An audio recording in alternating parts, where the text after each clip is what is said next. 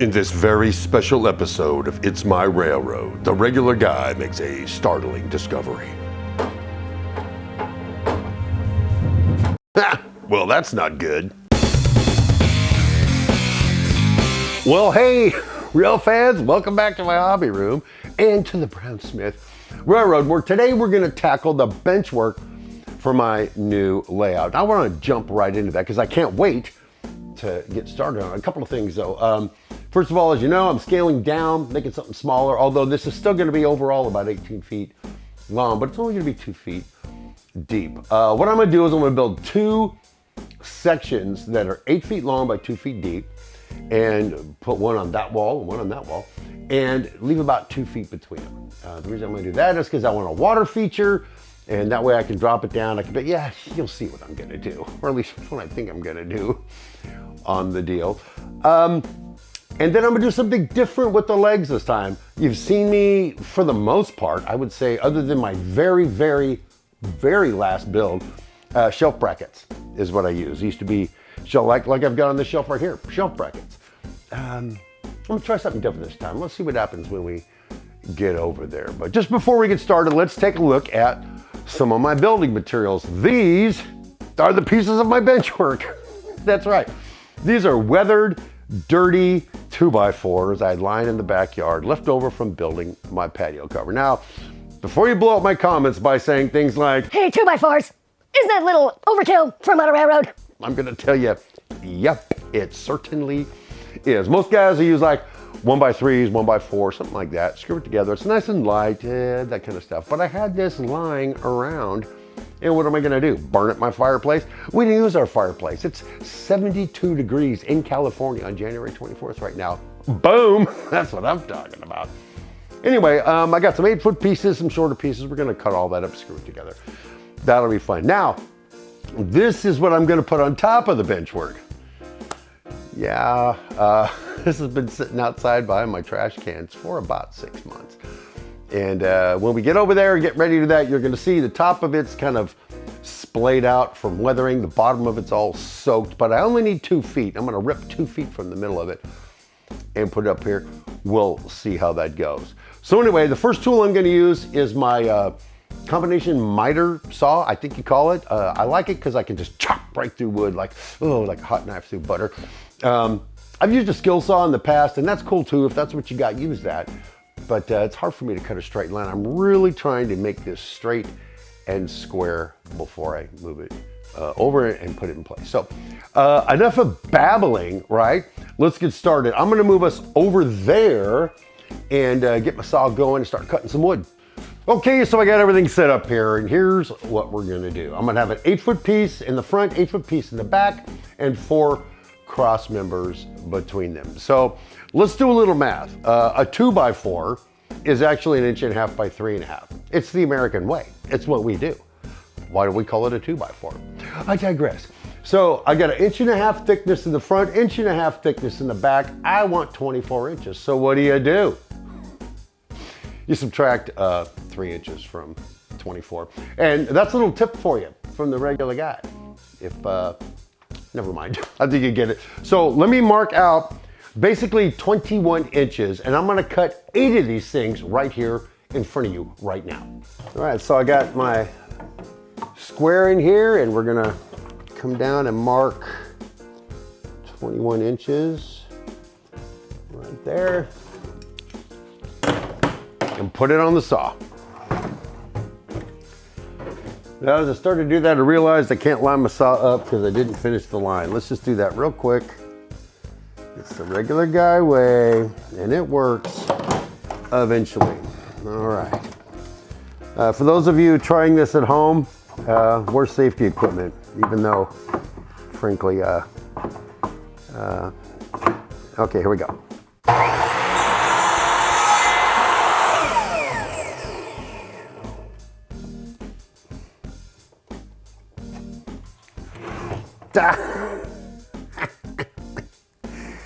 I didn't set the saw up right. Let's try that again.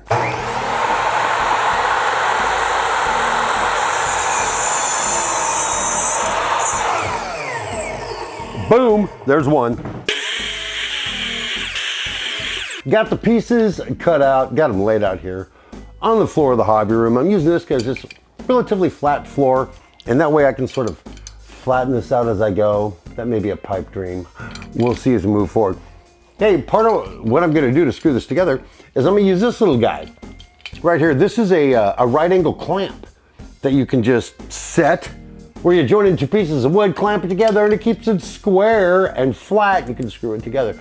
Speaking of screw it together, this is what I'm gonna use. I'm gonna use these 3 1/8 inch screws I found at Lowe's, and I use them on my patio cover. They work really well, better than drywall screws, because you don't have that Phillips tip to worry about. They drive right in, they hold tight. At 3 1/8 inches, I'm gonna get through the first 2x4 and well into the second 2x4. So let's just get started by clamping this thing on.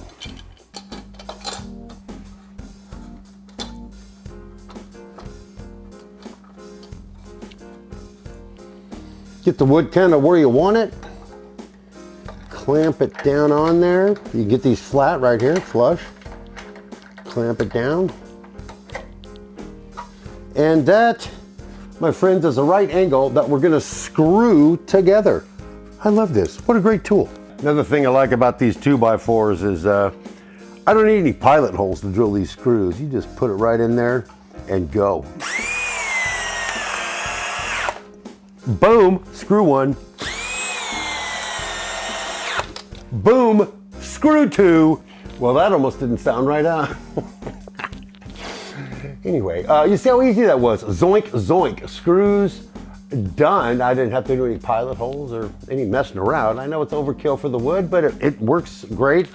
Nice square corner. I got a bunch of these to screw together. I'm gonna go through and do that real quick. Then we're gonna come back and see about mounting this thing to that wall right there. Well, I'm not quite done screwing that first piece together, but I had to come back and see, look at this. The first bloodletting for the new layout.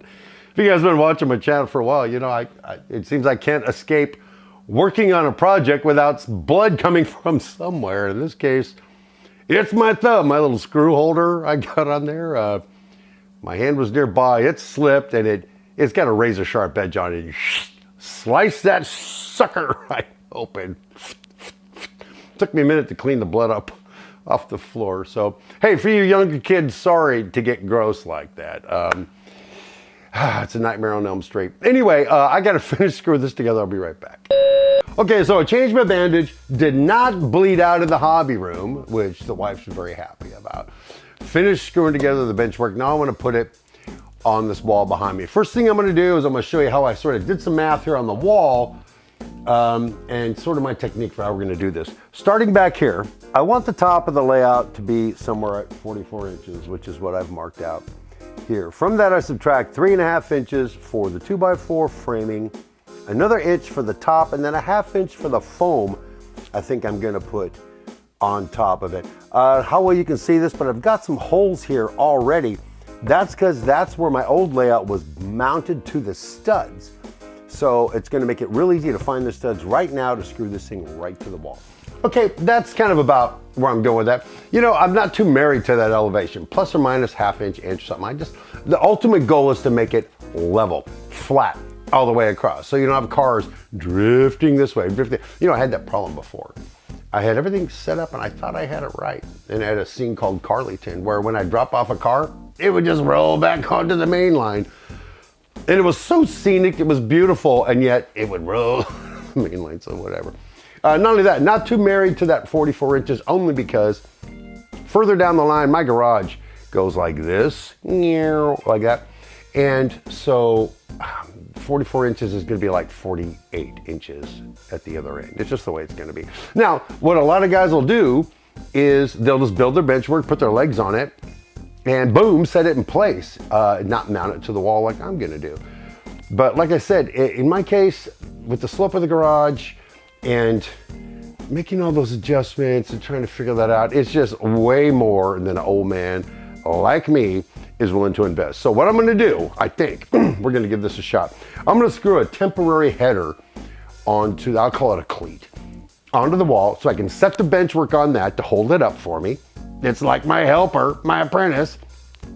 and I'll temporarily clamp some legs in the front, get everything plumb and level, then we'll zoink it to the wall, and then I'll show you what I'm gonna do for the legs. So let me get that 2x4 and screw it to the wall real quick. So I'm doing is I'm just getting it close right now and put one screw in.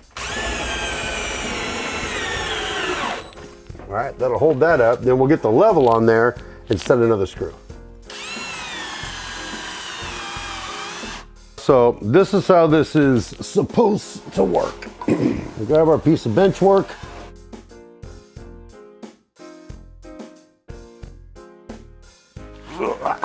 And set it up here on that cleat. Yeah, I know you can't see it well. I'm shoving it into the corner. Then I'm grabbing a 2x4 and a clamp. I'll show you all this in a second. And boom, Benchwork done. Let's rail, baby.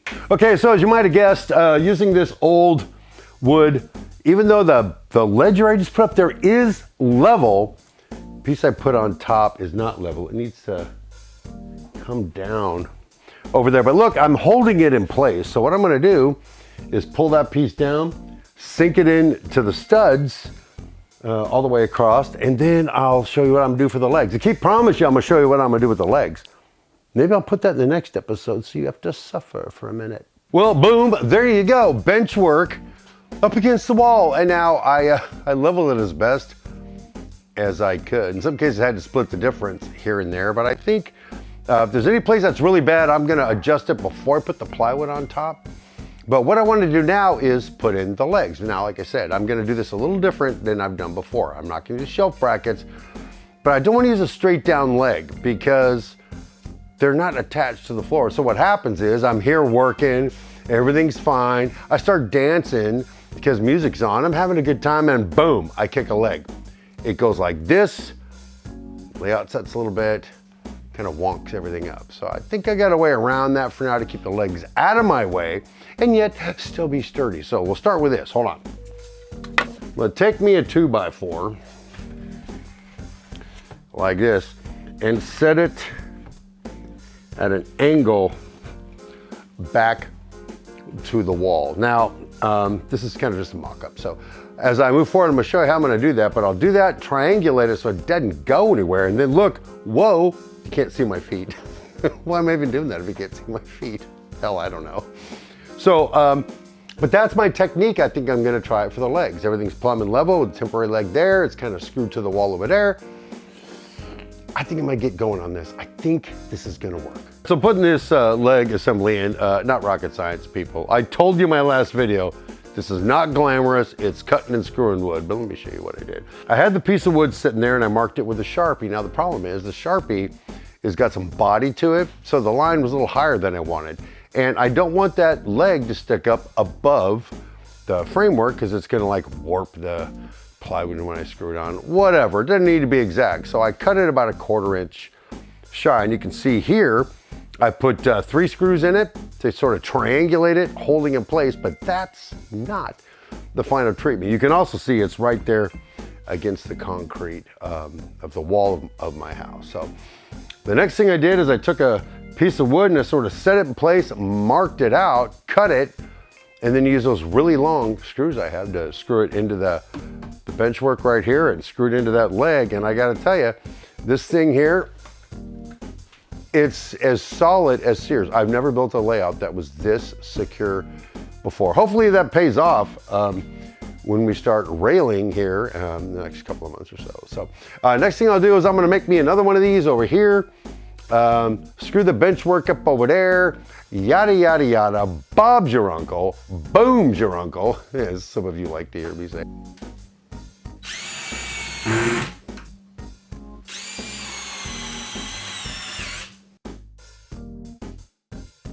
You know, sometimes being the regular guy isn't always what it's cracked up to be. This thing's just getting started and I'm already going sideways on the deal. Remember I told you I want a 44-inch deck height, right? So when I'm planning this thing out, I did some planning, baby.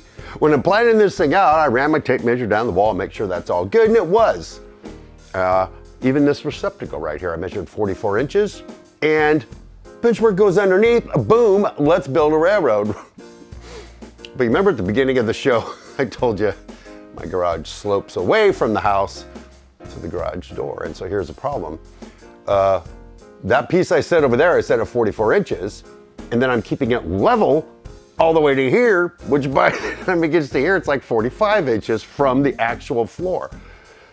So I'm kind of covered over the receptacle right now with the Benchwork. I got a solution for that. I think I'll just notch this 2x4 out to make that accessible, but later on we're gonna have to figure out what to do with some kind of an access panel, because we're gonna have some stuff up here we need to deal with. So anyway, that one's not too hard to solve, but here's the second problem I have, people. Look at this. Yep. One of the fundamental benchmark things a model railroader needs to know and to do and to pay attention to is flat, solid benchwork. I'm telling you, I've built, I don't know how many iterations of railroads right now. And every place I've taken a shortcut, it's bitten me in the buttocks later. So I was really trying to be, solid and cool this time. Problem is, using this old wood, and this piece right here is twisted. I didn't realize it, screwed it together. Now, a quick solution, let's go down to Lowe's, buy some new 2x4s. But what if those are warped? What if those are twisted? I've already got this here.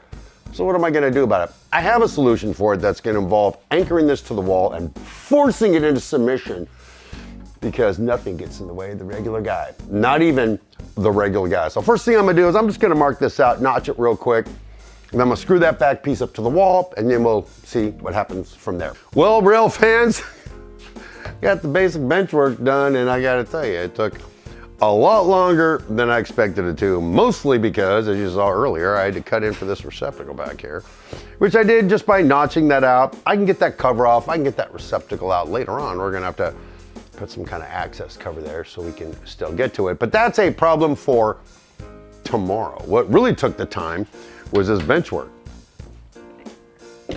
Here's the deal. I showed you it was wonky, right?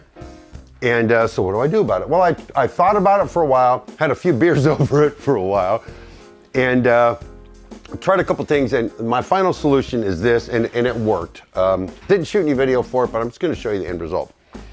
Down here at the bottom of this corner, I screwed a piece of wood to the framing of my house, screwed in a cross member, and then forced this corner to be where I want it to be. Put a level on there, screwed it together, boom, Bob's your uncle. The problem with doing that is, down at that corner, it was sitting low now, right? Because it's twisted, babe. Forget it. It's been a couple beers. But way down at the end, rather than putting in a diagonal leg, I'm like, I'm never gonna kick this thing. I'm never gonna be down there. I'm always gonna be here. So I put in a solid leg, solid baby. And when I did, I lifted the benchwork up to level by sheer force of regular guy strength and zoinked in a screw. Boom, it's level. Then I put in the same kind of diagonal cross brace legs like I did on the first module. It's really solid, and when I put a level on here, it is level, which is what you want in a foundation for a model railroad. So that came out okay. Next time we're gonna put the top on this thing, but the reason I'm not doing it now is there's some special things we need to do with that. I'll show you next time. But before I let you go, one thing I just want to encourage those of you that are kind of getting into the hobby or starting over something. There's a lot of videos out there with experts doing expert things with pristine materials. And those are great videos to watch. I dig them, I get inspired by them. Problem is I'm just a regular guy, right? I'm not gonna go out and buy a whole bunch of 2x4s, or because nobody does. 1x3s, 1x4s, and some people don't have the same kind of saw that I do. And so what can you do to make it fun and solve the problems? That's why I left this benchwork wonky. So I can show you there's a solution to it. Why did I need to go spend, at today's prices, more money on 2x4s at Lowe's? I made this work. I invested my sweat into it and a thumb. By the way, do you know how hard it is to do this stuff when you can't use your thumb? It's not easy, people. And yet I soldiered on. So that's a little word of encouragement for you. And thank you for encouraging me right here in the hobby room. I love it when you guys show up. I love your comments. Keep them coming. And if you haven't subscribed already, why don't you go ahead and do that. Like this video. I don't just mean like it. I mean, push the little thumbs up on the video. But anyway, thanks again for being with me. Thanks again for support me and being with me for all these years. And until I see you next time, my name is Steve Brown, and rail on, my friends.